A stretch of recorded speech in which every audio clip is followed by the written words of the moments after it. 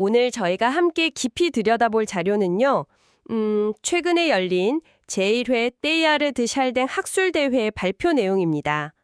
그중에서도 테이야르 연구회 회장이신 오수영 교수님의 자연 안에서의 인간의 위치라는 발표가 아주 흥미롭더라고요. 그래서 당신과 함께 그 핵심을 한번 파헤쳐보려고 해요. 목표는 이 거대한 사상가의 비전을 뭐랄까, 청소년들도 아하! 하고 무릎을 칠 수 있을 만큼 쉽고 재밌게 풀어보는 겁니다. 사실 테이야르드 샬댕이라는 이름만 들으면 좀 어렵게 느껴질 수 있어요. 네, 그쵸. 하지만 이분 그냥 책상에만 앉아있던 사상가가 아니에요. 예수의 신부이면서 동시에 평생을 현장에서 보낸 고생물학자였죠. 아, 고생물학자요? 네, 1929년에 인류의 역사를 새로 쓴 북경원인 화석 발굴에도 직접 참여했을 정도니까요. 와, 정말 현장 과학자였네요. 그렇죠. 결국 이분이 평생을 바쳐 고민한 게 바로 그거예요. 과학이랑 종교, 전혀 다른 것처럼 보이는 이 두 세계를 어떻게 하면 하나로 합칠 수 있을까? 이게 그의 평생 화두였던 거죠. 과학자이자 신부라니 시작부터가 정말 독특하네요. 그래서인지 그의 사상은 이 세상이 완전 혼돈 같아 보여도 딱 한 걸음만 뒤로 물러나서 아주 높은 곳에서 보면 사실은 일정한 방향으로 흐르는 거대한 강물 같다는 관점에서 출발한다고 들었어요. 맞아요. 바로 그겁니다. 오수영 교수님도 발표에서 그런 표현을 쓰셨는데 오늘 우리가 하려는 건 그 인간이 만들어지는 일대 장관을 함께 감상하는 여정이다. 이렇게 생각하시면 딱 좋을 것 같아요. 장관이라는 표현을 들으니 정말 기대가 되는데요. 그 장대한 이야기의 첫 단추는 결국 우주에서 시작해야겠죠. 이 광활한 우주 속에서 생명 그리고 우리 인간은 대체 뭘까요? 정말 아무 의미 없이 우연히 툭 튀어나온 존재일까요? 테이야르는 거기에 대해 아주 단호하게 아니다라고 말해요. 아닌가요? 네. 그는 생명이 우주에 있어서 아주 본질적인 현상이라고 봤어요. 예를 들어 퀴리 부인이 라듐이 방사선을 내뿜으면서 라돈으로 변하는 걸 발견했잖아요. 아, 네네. 처음엔 이게 뭔가 이상한 예외적인 현상이라고 생각할 수도 있었겠지만 알고 보니 그게 바로 원자세계의 근본 법칙이었죠. 테이야르는 생명 현상도 이와 같다고 본 거예요. 우주의 예외가 아니라 우주의 근본 법칙이라는 거죠. 우주의 근본 법칙이요? 그건 좀 놀라운데요. 보통 우주의 법칙하면 모든 게 식고 흩어지는 엔트로피나 모든 게 멀어지는 빅뱅 같은 걸 떠올리게 되잖아요. 그렇죠. 생명은 오히려 흩어진 것들을 모아서 점점 더 복잡한 걸 만들어내는 정반대의 힘처럼 보이는데요. 정확히 보셨어요. 테이야르는 우주에 바로 그 세 가지 거대한 흐름이 있다고 봤어요. 세 가지요. 네, 말씀하신 것처럼 모든 것이 무질서해지는 엔트로피, 그리고 공간적으로 팽창하는 빅뱅, 네. 그리고 이 둘과 맞서 싸우는 세 번째 흐름이 있다는 거예요. 바로 물질이 점점 더 복잡하게 뭉치고 조직화되면서 결국 의식을 향해 나아가는 흐름, 바로 진화죠. 와, 그러니까 생명의 탄생이 어떤 특별한 스파크가 아니라 재료만 충분히 복잡하게 모이면 필연적으로 나타나는 뭐랄까 상태 변화 같은 거군요. 네. 물이 100도에서 끓는 것처럼 물질도 일정 복잡도를 넘어서면 생명으로 끌어오른다는 거죠. 아, 자료에 나온 생물학은 대단히 크고 복잡한 물리학이다 라는 말이 바로 이 뜻이었군요. 네, 바로 그거예요. 충분히 복잡해지면 생명이라는 꽃이 피어나는 건 우주의 아주 자연스러운 이치라는 관점이죠. 근데 그 복잡함이라는 게 좀 애매하게 들려요. 그냥 원자가 많이 모인다고 복잡한 건 아니잖아요. 그 복잡함의 방향을 가르치는 어떤 나침반 같은 게 있을까요? 아주 좋은 질문이에요. 테이야르는 그 나침반으로 두뇌화라는 개념을 제시했어요. 두뇌화요? 네, 영어로는 cephalization인데 진화라는 거대한 강물이 어디로 흘러가는지를 보려면 다른 거 볼 필요 없이 신경계와 뇌가 어떻게 발달하는지만 추적하면 된다는 거죠. 아, 뇌의 발달이요? 생각해보면 정말 그렇네요. 척추동물 진화 과정을 보면 어류, 가축류를 거쳐 포유류로 오면서 뇌, 특히 대뇌 피질이 엄청나게 커지고 복잡해지잖아요. 주름도 많아지고요. 맞아요. 그 방향성이 너무나 뚜렷해서 테이야르는 포유동물이야말로 생명나무의 선명한 화살표라고까지 말했어요. 와, 선명한 화살표라. 네, 진화가 어디로 가고 싶은지를 가장 명확하게 보여주는 이정표라는 뜻이죠. 그렇다면 그 화살표의 맨 끝에 서 있는 우리 인간은 그냥 뇌가 가장 발달한 똑똑한 동물? 그게 다일까요? 아니면 여기서 뭔가 결정적인 차이가 생기는 걸까요? 바로 거기서 인류 역사상 가장 큰 도약이 일어났다고 테이야르는 봐요. 바로 반성 능력의 출현입니다. 반성이요? 네. 혹시 내가 어제 왜 그랬을까 하는 그런 반성 말씀이세요? 하하, 그것도 포함되지만 더 근본적인 의미예요. 그냥 무언가를 아는 것에서 그치는 게 아니라 내가 알고 있다는 사실 그 자체를 아는 것. 내가 알고 있다는 걸 아는 것. 네. 즉, 자기 자신을 거울 보듯 객관적으로 바라볼 수 있는 능력이에요. 개나 고양이가 똑똑해도 거울 속에 자기를 보고 아, 이게 나구나 라고 생각하지는 못하는 것처럼요. 이 능력 때문에 인간은 비로소 질적으로 다른 존재가 되었다는 거죠. 내가 나임을 아는 능력? 이게 모든 걸 바꿨군요. 나 자신을 우주와 분리해서 볼 수 있게 되면서 나는 누구인가? 이 우주는 무엇인가? 같은 질문을 던지기 시작한 거니까요. 바로 그겁니다. 그리고 이 반성하는 능력을 가진 인간들이 모여서 지구에 완전히 새로운 층을 만들기 시작해요. 새로운 층이요? 네. 과거에 생명체들이 맨 땅이었던 지구를 뒤덮어서 생명권, 바이오스피어를 만들었잖아요. 아, 네네. 생명권. 그것처럼 생각하는 인간들이 서로 연결되면서 지구 위에 거대한 생각의 막, 즉 정신권, 노스피어를 형성한다는 개념이에요. 정신권. 스케일이 정말 어마어마한데요. 근데 이게 그냥 멋진 비유가 아니라는 점이 더 놀라워요. 그렇죠. 생각해보니 우리가 지금 쓰는 언어, 우리가 만든 문화, 법, 예술, 그리고 지금 우리가 매일 쓰는 인터넷까지 이 모든 게 그 정신권을 실제로 구성하는 요소들이잖아요. 맞아요.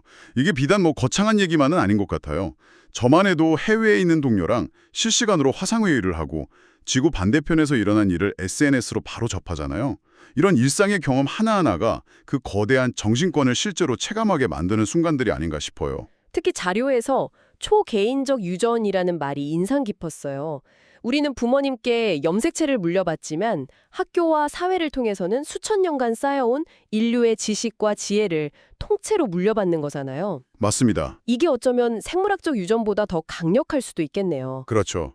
이 정신적 유전 덕분에 인류는 세대가 거듭될수록 더 높은 곳에서 시작할 수 있었고 정신권은 기하급수적으로 팽창하고 더 촘촘해질 수 있었던 거죠. 이대로 그냥 현상 유지만 하는 건 아닐 것 같은데요? 테이아르는 이 정신권이 다음 단계로 나아가는 핵심 동력으로 압축의 사회화를 꼽았어요. 압축의 사회화요? 생각해보세요. 지구는 둥글고 면적은 한정되어 있잖아요. 그렇죠. 인구는 계속 늘어나고 비행기나 인터넷 같은 기술은 물리적, 정신적 거리를 거의 없애버렸죠. 우린 좋든 싫든 서로에게 점점 더 가까워지고 더 강하게 부딪힐 수밖에 없는 환경에 놓인 거예요. 오소영 교수님도 강연에서 예전엔 지구촌이라고 했는데 이제는 지구 한 몸이라고 느낄 정도라고 하셨는데 정말 와닿는 표현이에요. 그렇죠. 이 압축이 인류의 정신적 온도를 높이는 효과를 낳는다고요? 네. 사람들이 좁은 공간에 빽빽하게 모이면 열기가 오르듯이 인류가 정신적으로 압축되면서 상호작용이 폭발적으로 늘어나고 그 결과 정신적 에너지가 엄청나게 증폭된다는 거죠. 그리고 이 에너지로 들끓는 정신권이 향하는 최종 목적지, 모든 것이 하나로 모이는 궁극적인 수렴점을 테이아르는 오메가점, 오메가 포인트라고 불렀어요. 잠시만요. 오메가 점으로의 통합. 이게 자칫하면 굉장히 위험하게 들릴 수도 있겠는데요. 모든 인류가 하나로 합쳐진다는 게 개성을 잃어버린 전체주의나 영화에 나오는 빅브라더 사회처럼 느껴질 수도 있잖아요. 네, 맞아요. 테이아르는 이 위험에 대해 어떻게 생각했나요? 정말 중요한 지적이에요. 테이아르도 그 점을 분명히 경고했어요. 그래서 그는 이 통합이 절대로 개성을 말살하는 획일적인 전체주의가 아니라는 걸 강조하기 위해 아주 멋진 비유를 들었어요. 어떤 비유죠? 바로 오케스트라예요. 아, 그 비유 정말 좋았어요. 오케스트라에서 바이올린은 바이올린 소리를 내고 첼로는 첼로 소리를 내야만 아름다운 교향곡이 되잖아요. 그렇죠. 모든 악기가 똑같은 소리를 내면 그건 그냥 소음이죠. 정확해요. 오메가점에서의 통합도 마찬가지라는 거예요. 각 개인은 자신의 고유한 개성과 인격을 잇는 게 아니라 오히려 그것을 가장 완벽하게 발현하면서 인류 전체와 조화롭게 하나가 되는 상태라는 거죠. 아, 서로를 통해 오히려 더 완전한 나가 되는 인격적 수렴인 셈이에요. 그렇군요. 강압에 의한 통합이 아니라 사랑과 공감을 바탕으로 한 조화로운 연합이라는 의미군요. 네, 맞습니다. 그런데 이런 거대한 집단적 지성의 발현을 이야기하다 보면 자연스럽게 현대 기술, 특히 인공지능, AI의 역할이 궁금해져요. 테이아르 시절에는 상상도 못했을 기술이잖아요. 놀랍게도 테이아르는 초기 컴퓨터의 등장만 보고도 그 잠재력을 어느 정도 예측했어요. 정말요? 네. 자유에서는 AI의 역할을 우리 몸의 자율신경계에 비유해서 설명하는데 이게 정말 기가 막힌 통찰이에요. 자율신경계요? 심장 박동이나 호흡, 소화처럼 우리가 신경 쓰지 않아도 알아서 몸을 돌봐주는 시스템 말씀이시죠? 네.